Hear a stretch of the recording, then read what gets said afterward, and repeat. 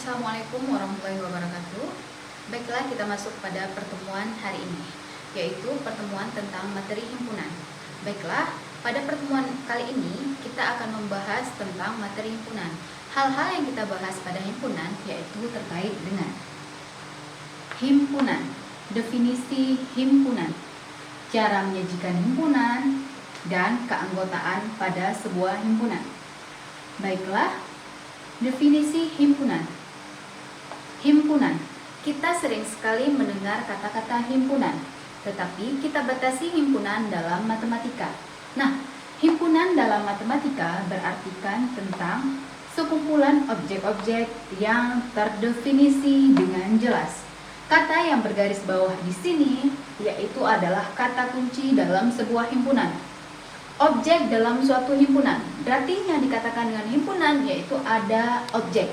Objek itu adalah anggota atau elemen pada himpunan. Terdefinisi. Jika kita data sebuah anggotanya, maka anggota itu ada datanya dan harus jelas keterangannya. Nah, anggota atau elemen dari himpunan didefinisikan atau disimbolkan dengan simbol E. Bukan anggota pada himpunan disimbolkan dengan simbol ini. Oke, ingat ya. Nah, langsung saja kita lihat pada contohnya. Example. Mahasiswa UIN Araniri. Nah, yang dikatakan mahasiswa kembali lagi ke definisi. Kumpulan objek-objek. Di mahasiswa apakah ada anggotanya? Ada, yaitu mahasiswa. Nah, mahasiswa di sini disebut dengan objek. Terdefinisi, ada mahasiswa UIN Araniri. Nah, kita tidak perlu menyebutkan kata Banda Aceh di sini karena UIN Araniri hanya ada di Banda Aceh. Jadi keterangan ini sudah meyakinkan bahwa mahasiswa UIN Araniri termasuk himpunan karena definisinya, objek-objeknya sangat jelas. Contoh yang kedua. Bilangan bulat kurang dari 10.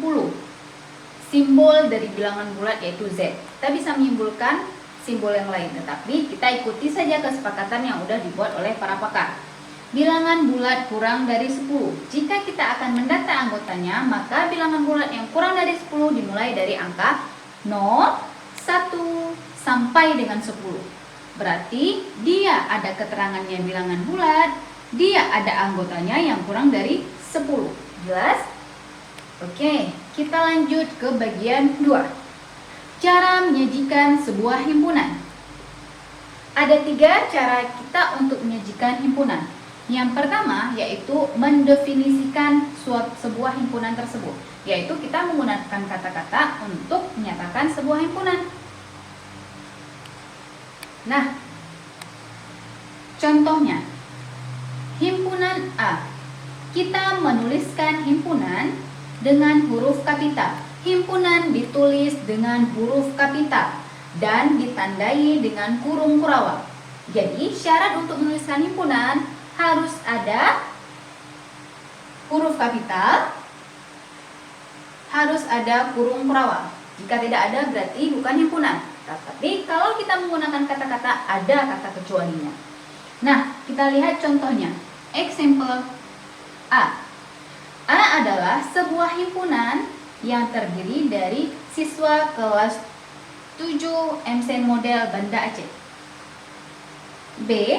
Himpunan 4 bilangan asli pertama. Kita simbolkan bilangan asli dengan notasi N. Nah, yang akan kita bandingkan di sini yaitu di himpunan B. Himpunan B, himpunan 4 bilangan asli pertama. Nah, ini yang kita pegang ya. Jika kita menggunakan definisi atau kata-kata, maka kita menggunakan tulisan seperti ini. B adalah himpunan 4 bilangan asli pertama. Oke? Nah, kita lanjutkan ke mendaftarkan anggota. Nah, cara menyajikan himpunan yang kedua yaitu mendaftarkan anggotanya. Contoh, himpunan 4 bilangan asli pertama. Daftarkan anggotanya. Yaitu B sama dengan 4 bilangan asli pertama. 1, 2, 3, 4. Karena bilangan asli dimulai dari angka 1, maka 4 bilangan asli pertama yaitu 1, 2, 3, dan 4. Nah, cara menyajikan himpunan yang ketiga yaitu dengan simbol. Example, B adalah himpunan X sedemikian sehingga X kurang dari atau sama dengan 4 X anggota N, bilangan asli. Bu ulang lagi. X sedemikian sehingga X kurang dari sama dengan 4 X anggota bilangan asli. Artinya, himpunan 4 bilangan asli pertama, jika dituliskan dalam bentuk simbol, inilah bentuknya. Jika kita daftarkan anggotanya, maka anggotanya dimulai dari 1, 2, 3, 4. Jadi, inilah anggota dari 4 bilangan asli pertama. Nah, yang terakhir kita masuk ke bagian keanggotaan sebuah himpunan. Yang mana yang dikatakan anggota dari himpunan tersebut? Seperti yang kita katakan tadi, bahwa anggota atau elemen sebuah himpunan disimbolkan dengan simbol E. Maka, X anggota A. Nih, artinya X anggota A, X bukan anggota A. Example, A adalah himpunan dari angka 2, 3, 5, 7, 11, dan 13. B, Aceh. C, mie bakso. Maka, bakso adalah anggota C, 3 anggota A, 5 anggota A, 6 bukan anggota A, CH anggota B, dan selanjutnya. Sekarang kita lanjutkan pada soal tentang himpunan. Himpunan atau bukan himpunan. Perhatikan soalnya. 1. Mahasiswa yang cantik di Fakultas Syariah. Apakah ini termasuk himpunan? Kita kembali lagi ke definisi himpunan. Kumpulan objek-objek yang terdefinisi dengan jelas. Apakah kata cantik ini bersifat jelas? Cantik bersifat relatif. Pintar, cantik, pandai, jelek, itu bersifat relatif. Maka kita tidak bisa mengukur. Maka pernyataan nomor 1 bukan himpunan. Nah, pernyataan nomor 2, mahasiswa yang pintar. Seperti kita katakan tadi, pintar bersifat relatif. Jadi, nomor 2 bukan himpunan. Bilangan bulat positif. Bilangan bulat positif, jika didata ada bilangannya. Tapi karena terlalu banyak, maka disebut dengan himpunan. Tetapi bukan himpunan secara umum. Bilangan prima yang kurang dari 30. Kita data, bilangan prima yang kurang dari 30 berisi tentang 2, 3, 5, 7, dan seterusnya sampai 29. Oke, kalau kita data ini ya, berarti ini termasuk dalam himpunan. Nah, nomor 5, X sedemikian sehingga X kurang dari 15.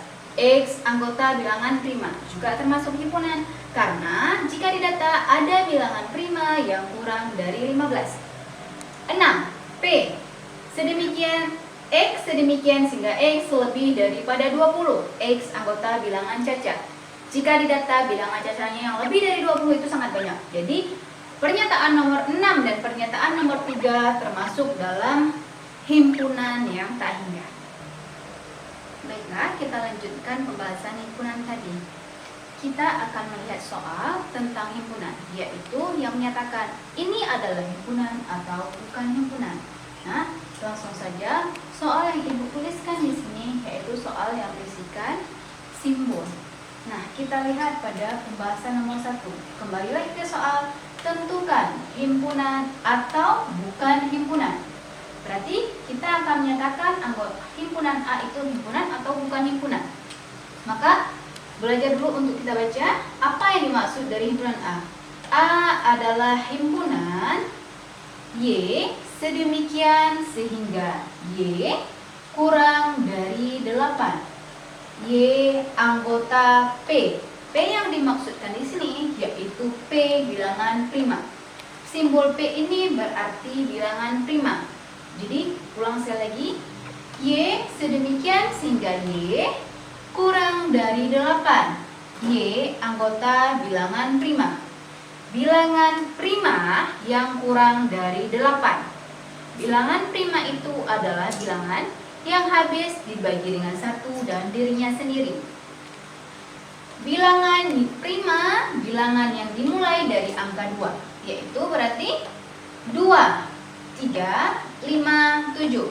Jika kita ambil 4 untuk bilangan prima, 4 habis dibagi dengan 2, 4 habis bagi 1, 4 habis bagi 4. Jadi bukan bilangan prima karena dia habis bagi 2. 2 habis dibagi 2, habis dibagi 1. Cuma 2. Bilangan prima, bilangan yang dimulai dari 2 dan diikuti dengan bilangan yang habis dibagi dengan 1 dan dirinya sendiri. 3 habis bagi 1, habis bagi dirinya sendiri. 5 habis bagi 1, habis bagi 5. Nah, karena dia kurang dari 8, maka sampai 7. 2, 3, 5, 7 adalah bilangan prima yang kurang dari 8. Lanjut ke nomor 2. B adalah himpunan Z sedemikian sehingga Z lebih dari 7, Z kurang dari sama dengan 10, Z anggota bilangan bulat. Z sedemikian sehingga Z lebih dari 7, Z kurang dari sama dengan 10. Z anggota bilangan bulat. Z simbol dari bilangan bulat. Ini ya simbol katanya yang diingat, yaitu Z yang lebih dari 7, Z yang kurang dari sama dengan 10. Nah, bilangan bulat yang lebih dari 7 kurang dari sama dengan 10. Tanda kurang dari sama dengan berarti mengikuti bilangan 10. Perhatikan, apakah bilangan 10 ini termasuk bilangan bulat? Ya, maka sertakan. Lebih dari 7, 8, 9, dan sertakan 10 karena ada tanda sama dengannya. Oke, kita lanjut ke soal nomor 3. C adalah himpunan P sedemikian sehingga P lebih dari sama dengan 0, P kurang dari sama dengan 7. P anggota bilangan genap. Maka kita harus menemukan bilangan genap antara 0 dan 7. Sertakan 0 pada bilangan bulat. 0, 2, 4, 6. Karena ada tanda sama dengan di sini, boleh sertakan 7? Tidak.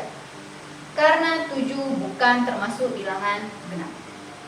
Oke, maka untuk soal-soal selanjutnya bisa dilihat di pembahasan yang akan Ibu berikan.